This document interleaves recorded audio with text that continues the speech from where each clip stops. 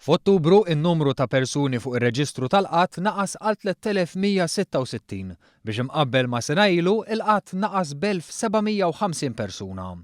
Meta mqabbel ma' Marzu 2013 in-numru ta' nies jirreġistraw huwa ta' 4184 persuna inqas. Dan ifisser li issa n-numru ta' dawk jirreġistraw u ferm anqas minn nofs dak li kien fil-bidu ta' din il-leġislatura. Dan ifisser li taħt din l-amministrazzjoni bħala medja kull jumejn 6 persuni li kienu qiegħda sabu xogħol. It-tnaqqis qawwi fil-qatt qed jinħass l-aktar fost iż-żgħażagħ u dawk li jirreġistraw u għandhom età ta' 45 sena jew iktar.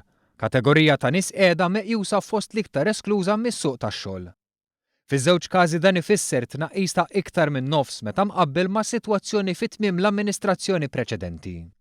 Kategoriji oħrajn meqjusin f'riskju soċjali wkoll urew titjib.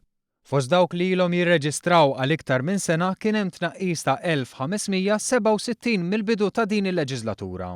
Filwaqt li n-numru ta' persuni b'diżabilità li qed ifittxu impjieg llum huwa terz dak li kien hemm fil-bidu ta' din il-leġislatura. In-numru ta' awċin jirreġistraw għax-xogħol naqas għal 491 f'Ottubru minn 742 fit-tmiem l-amministrazzjoni li għaddiet.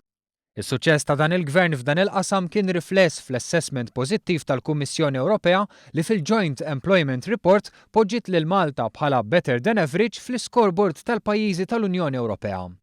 U fl-istqarrija l-Gvern qal li se jkompli jaħdem biex f'pajjiżna il-ġid ikompli jasal għand kulħadd.